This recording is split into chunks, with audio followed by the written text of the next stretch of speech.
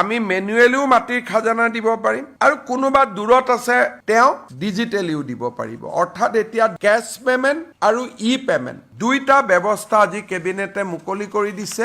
যোৱা বছৰ আমি কেবিনেটত সিদ্ধান্ত লৈছিলো যে মাটিৰ খাজানা অকল ডিজিটেল নিয়মত দিব পাৰিব। অৰ্থাৎ প্ৰথমতে পৰ্টেলত ৰেজিষ্ট্ৰেশ্যন কৰিব, আধাৰ লিংক কৰিব, তাৰ পিছত তেওঁলোকে মাটিৰ খাজানাটো আফটাৰ ৰেজিষ্ট্ৰেশ্যন ডিজিটেলি দি যাব।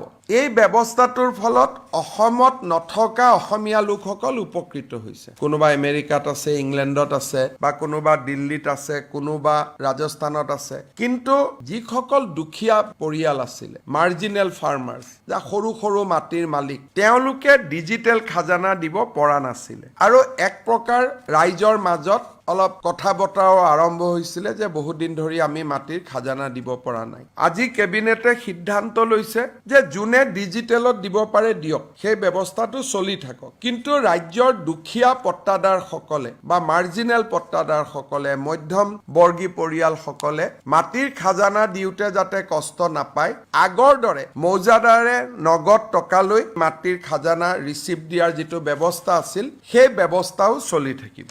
অৰ্থাৎ আমি মেনুৱেলিও মাটিৰ খাজানা দিব পাৰিম আৰু কোনোবা দূৰত আছে 200 টকা খাজানা আহিবৰ কাৰণে অসুবিধা, তেওঁ ডিজিটেলিও দিব পাৰিব। অৰ্থাৎ এতিয়া কেছ পেমেন্ট আৰু ই পেমেন্ট দুইটা ব্যৱস্থা আজি কেবিনেটে মুকলি কৰি দিছে। ইয়াৰ ফলত ৰাজ্যৰ ক্ষুদ্ৰ পট্টাদাৰসকল, দুখীয়া আৰু মধ্যম বৰ্গৰ পট্টাদাৰসকল উপকৃত হ'ব।